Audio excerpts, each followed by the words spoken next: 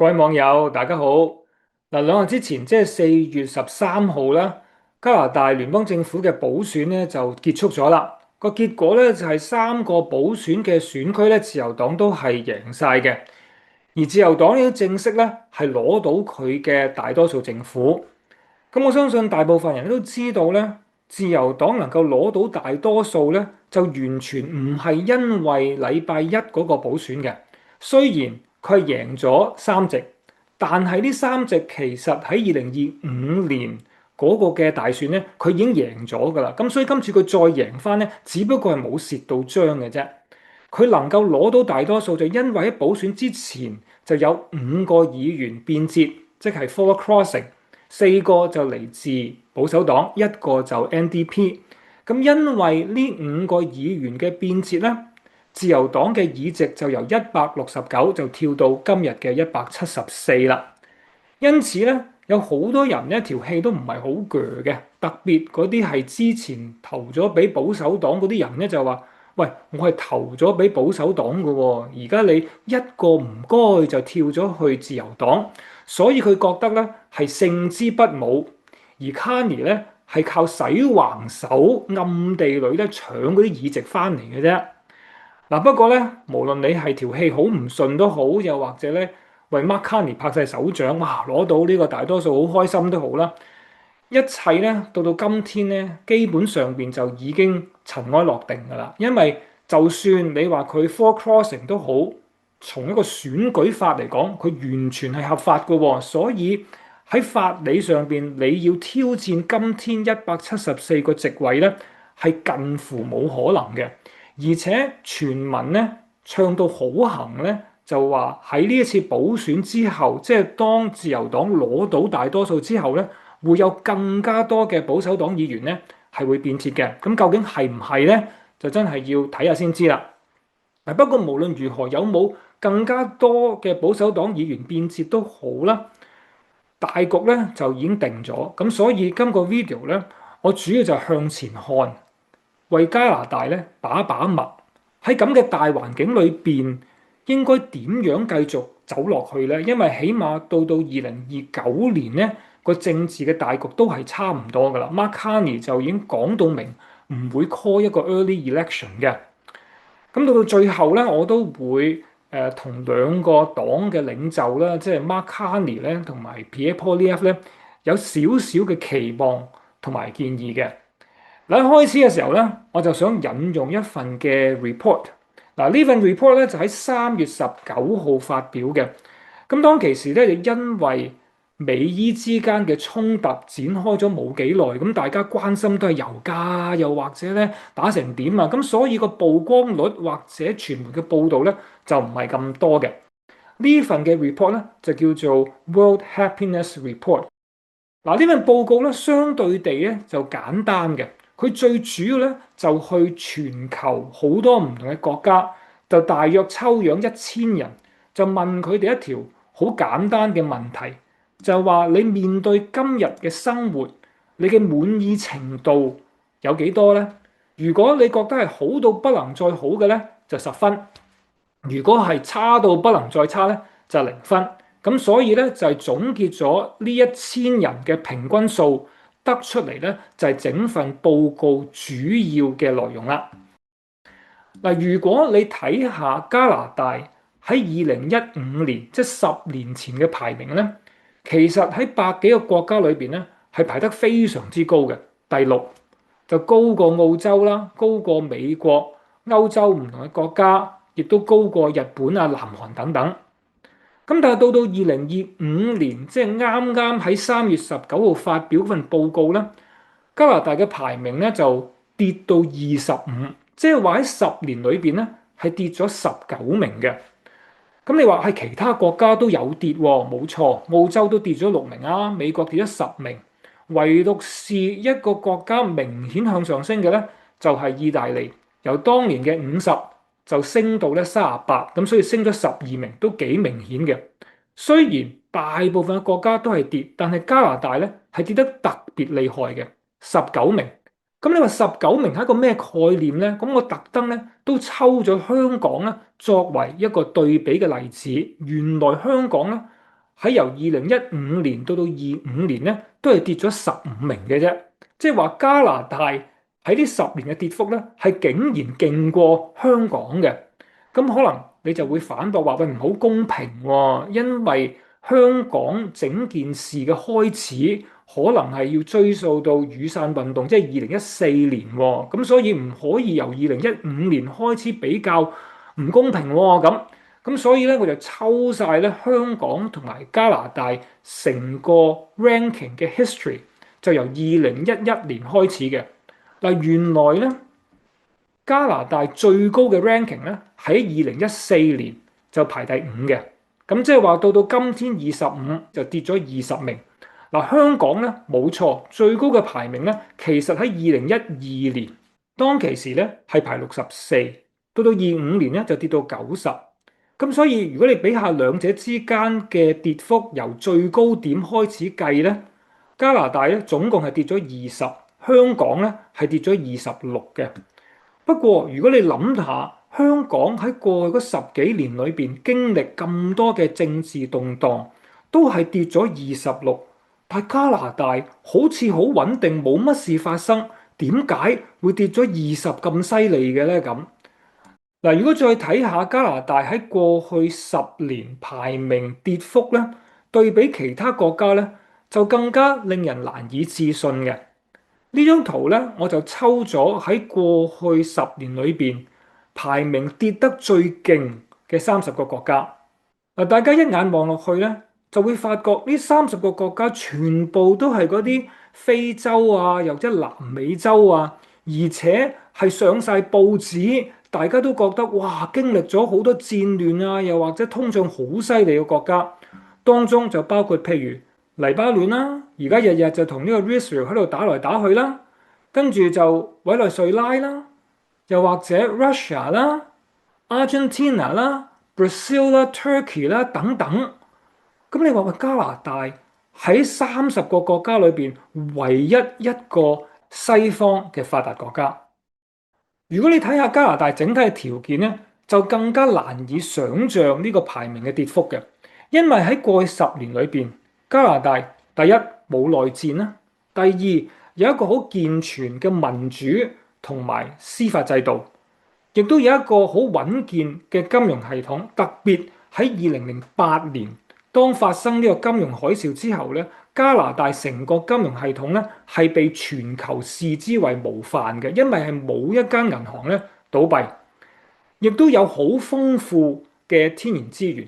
最近即係講得好多啦，油嘅蘊藏量係全球第3嘅 ，natural gas 即係天然氣全球排第5，而礦物咧亦都有好多嘅所謂 critical minerals， 即係關鍵礦產，特別好多人提到呢一個 potash。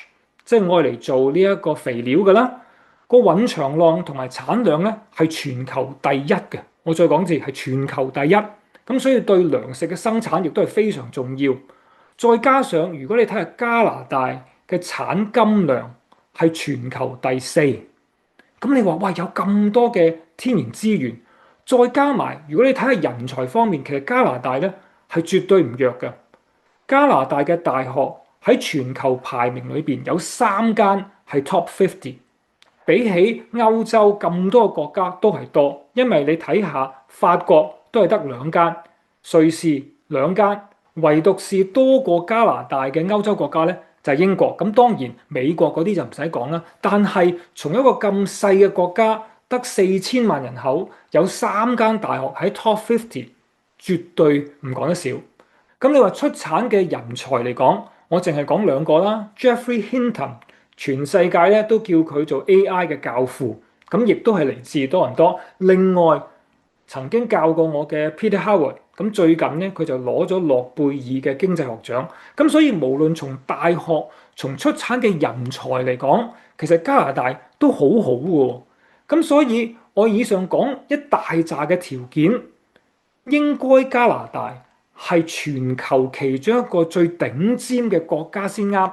點解佢嘅人民對佢嘅生活嗰種感覺係可以喺過去10年裏邊個排名跌得咁厲害，而嗰個情況係相比一啲譬如非洲啊有戰亂啊嘅國家咧咁當然大家諗就諗到2015年咧就係呢個 Trudeau 上場，咁所以呢個十年浩劫咧可以講得話咧同 Trudeau 咧就有個分不開嘅關係。咁所以好多人咧，其實喺唔同時間咧，都做咗好多嘅研究，無論係 productivity 又好，生產力啦，又或者呢一個投資各方面，都研究點解加拿大整體嘅情況喺過去10年係跌得咁犀利咧？咁我就總結咗咧，我自己睇咗好多唔同嘅 report，同埋自己一啲親身嘅感覺同埋體驗，我發覺。最主要嘅問題就係全個加拿大嘅社會喺過去10年係變得越嚟越保守，太過保護自己，唔願意冒險，唔願意出外闖，就淨係喺自己個 comfort zone 裏邊冇創新，就令到加拿大停滯不前。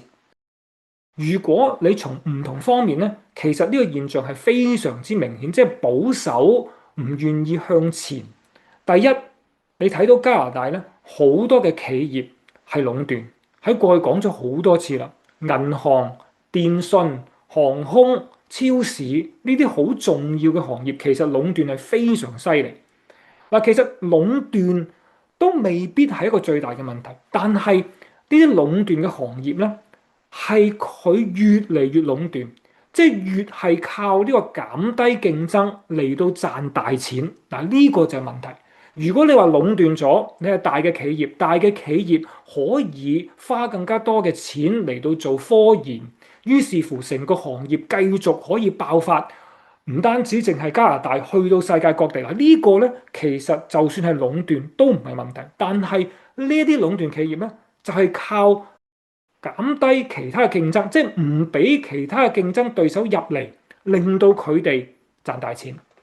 嗱，我就有兩個咧例子係貼身自己經歷到嘅。第一個咧就係有個朋友，佢原本咧就做一間防盜嘅公司，做得唔錯嘅。結果佢最後都意氣闌珊。點解？佢就見到好多同行係咁俾一間好大型嘅電信公司係咁買晒。咁到佢最後佢就話：我都唔想做落去啦，邊有得鬥啫？你食晒咯，得我同你咁大嘅資本，你可以以本傷人，我點鬥啊？結果佢都賣埋俾嗰間嘅電信公司，就退出。另一個例子亦都係自己親身經歷嘅，就係當 RBC 買 HSBC 嘅時候，我第一樣嘢發覺，原來 RBC 竟然係全加拿大最大嘅銀行，佢嘅戶口係冇 multi-currency 嘅，即係話佢只係有美金同埋加幣嘅戶口。咁我第一個感覺就話：哇，唔係啊嘛！喺一個全球金融化嘅一個環境裏邊，你竟然嘅戶口係冇 multi-currency，即係話你想做呢一個歐元啊，唔得嘅喎，咁普通人做唔到嘅喎，同埋。當佢兌換個 currency，即係話譬如加幣轉去呢個歐元，轉去美金，又或者港幣，嗰個匯率佢嘅食價係高到嚇死人嘅，代表咗咩？即係冇競爭咯。如果有競爭嘅話，阿茂會同你唱咁多嘅錢喺咁嘅匯率裏邊，俾你食咁多錢。所以整個系統你就睇到佢係靠保護自己嚟到賺咁多錢。第二樣嘢，好多人講就係。加拿大嘅工業過分依賴美國，就係靠美國咁多年做一個好似保護傘咁，於是乎咧，佢又唔去揾其他嘅國家。最明顯例子就係油同埋天然氣。正話講過呢兩樣嘢，其實喺加拿大嘅天然資源裏邊，喺全世界其實個排名都係非常之好。但係可惜嘅地方咧，就係佢只係大部分運去美國，所以你睇下加拿大一路出產嘅油。比起國際嘅油價係低咗5至7蚊，甚至乎更多嘅。點解要蝕住賣俾美國啊？因為你去唔到全世界唔同嘅市場咯。天然氣就更加可笑。點解加拿大咁遲先發展呢個 liquefied natural gas，即係液化天然氣咧？一早大家都知道，喂，其實呢個係好大嘅市場，點解唔發展到最後先至而家有少少出產？但係其實一早10幾年前，點解加拿大冇呢一個嘅洞見呢？做車如是，大部分做嘅車全部都係去美國，因為咁樣令到加拿大嘅車廠咧個競爭力咧係越嚟越落後，去到個地步咧，比墨西哥嘅競爭力整體嚟講還要差。咁大家就知道咧嗰個依賴嘅程度，令到大家不思進取嘅情況啦。政府同樣都係不斷擺更加多嘅條例嚟到所謂保護大家，於是乎咧，你做一樣嘢就要10份評估報告，而每一個評估報告都要請唔同嘅專業。表面上邊就好似哇好多保障啊，好多專業啊，好多認證，實際上邊咧就係政府怕冒險，結果個效率就出奇地低。嗱，我都唔同大家咧講啲咩大型基建啊，起地鐵啊，起路啊，起橋啦。如果大家喺加拿大住，而係有經驗去裝修你間屋，而你又嘗試依正牌所有嘅條例都依足晒嚟做嘅話咧，你得出嚟結論就係你唔會裝修，因為煩到你咧黐筋，每一步咧都要有唔同嘅專業，要唔同嘅做。唔單止煩，更加係貴到你唔會去做。另外一個我成日講嘅例子咧，就係你睇下加拿大，無論係聯邦政府或者省政府都好，嗰啲每一年嘅財政預算咧，其實係一個笑話嚟嘅。好多時候我上電台去評論呢一啲嘅預算，我第一個感覺就係佢其實年年都一樣嘅啫，全部都係太公分豬肉啊，每人就分啲分啲。嗱，政府嘅錢已經唔係太多，於是乎佢就再將分1萬份，其實就係大家都希望為威得到啲嘢，但係就冇規劃冇遠見嘅。嗱，最後咧我就要講講勞工，我真係覺得咧，從勞工嘅階層咧，俾佢哋嘅保障咧係已經過咗一個合理嘅水平，即係話同佢嘅生產力咧唔成正比。嗱，大家唔好誤會。就話咁即係我提倡要剝削啲勞工啊，攣到佢盡，絕對唔係。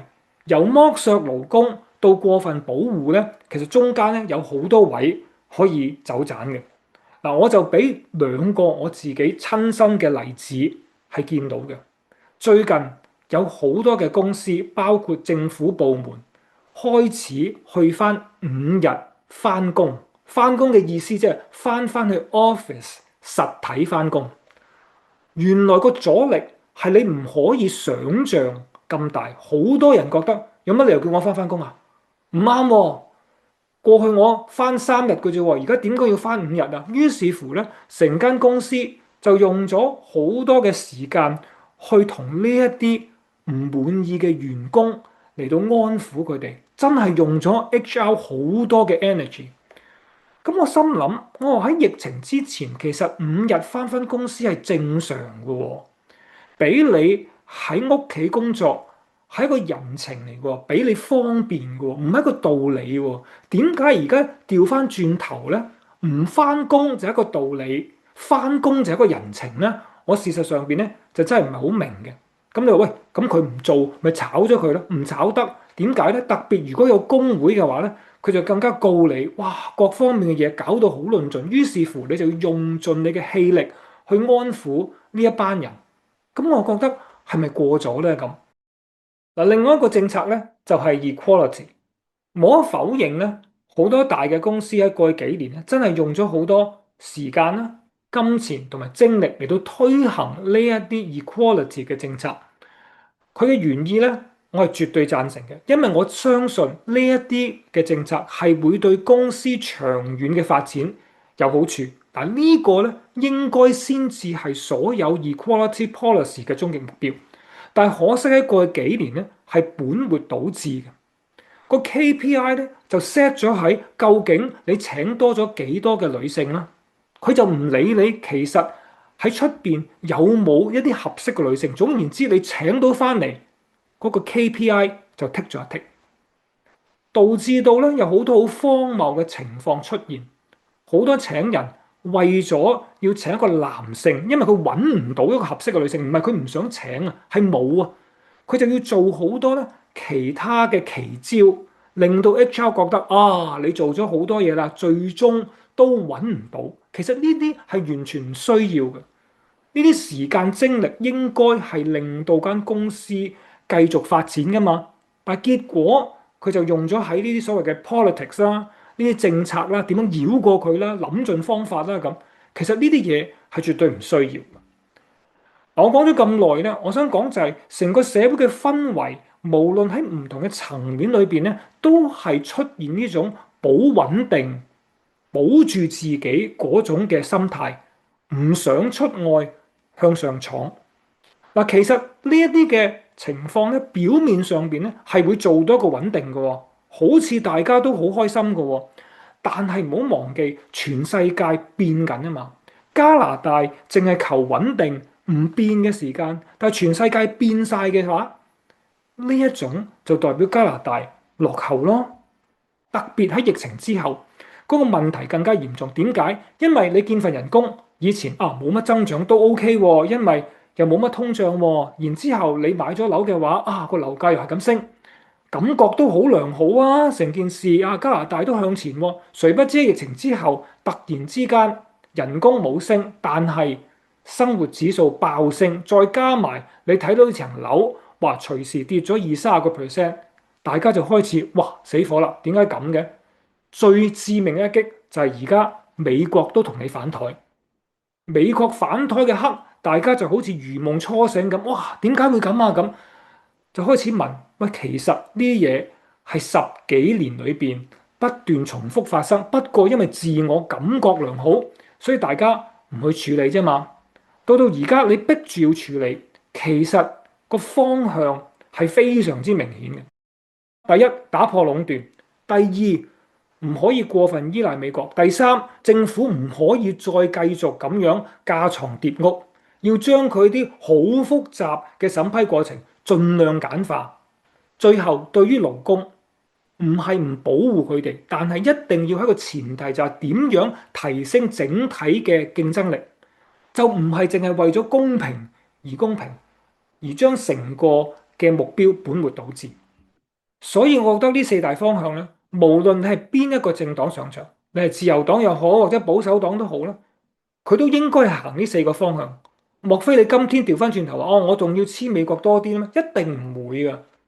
咁所以整個嘅方向係好清楚，但係個過程我可以同大家好坦白地講，係非常嘅痛苦。因為過去你諗下，你用咁多嘢嚟到保護自己免受衝擊，而家你要拆晒呢場，面對呢個世界，面對一個好殘酷嘅一個挑戰嘅時間，你冇辦法唔作出一個調整。而家短時間裏邊係唔會見到效嘅。而更加重要係未見其利就先見其害，因為你要拆咗好多嘢，係非常之痛，然之後先至可以慢慢 build 翻上去。咁所以我對兩個黨嘅領袖 Mark Carney 同埋 Pierre Poilievre 咧，我就有以下嘅一啲期望同埋少少建議嘅。對 Mark Carney 咧，其實幾年時間係好快過，而家咧你要珍惜好多人對你嘅支持，希望你真係可以用幾年嘅時間去帶領加拿大走出一個嘅低谷。雖然痛苦，但係你已經冇任何嘅藉口，因為你攞到大多數嘅政府，你唔可以再賴就哦反對黨棘住我咩做唔到。而家你所有嘅權力集中晒嘅時候，全部嘅加拿大人都會定睛望住你，係咪真係做到嘢？而幾年嘅時間真係好快過去。而對 Pierre Poilievre 咧，喺感情上邊咧，我係幾同情佢，因為喺十幾個月之前，佢係諗緊點樣為保守黨贏個大多數翻嚟，展開個新嘅局面，諗住坐定粒六贏緊噶啦。結果到今天，唔單止輸咗個大選，仲要輸到俾自由黨攞到個大多數。即係嗰種嘅反差，我相信你冇一個好強大嘅心臟咧，真係好難頂。不過我都對 Pierre Poilievre 咧有少少嘅提議。既然今天已經塵埃落定，係咪時間可以痛定思痛呢？特別喺過去一路嘗試做一啲嘅負面攻擊啊，話佢點唔得啊，點唔得，但係個效果個成效又真係唔係好有用喎。會唔會趁住有呢可能兩三年嘅時間，諗諗點樣可以轉成個嘅計劃或者個策略，唔係再講點樣 Mark Carney 唔掂唔掂，而係提出一啲更加正面嘅方案，話俾加拿大人聽，喂，我比呢個 Mark Carney 更加好㗎，更加可以帶領大家去大家想走嗰個嘅目標，因為呢個目標正如我正話都講過啦。唔會同呢一個 Mark Carney 偏差好多嘅，大家都係走嗰度，係邊個走得快啲？點解加拿大人會對你有信心比 Mark Carney 更加多呢？我覺得呢個係佢值得深思嘅問題。好，咁今日咧就講咗好耐啦，希望咧大家都喺留言裏邊發表你嘅意見，特別如果你喺加拿大住得耐嘅話，你認為加拿大應該點樣走落去呢？下次同大家講唔同嘅話題，再見，拜拜。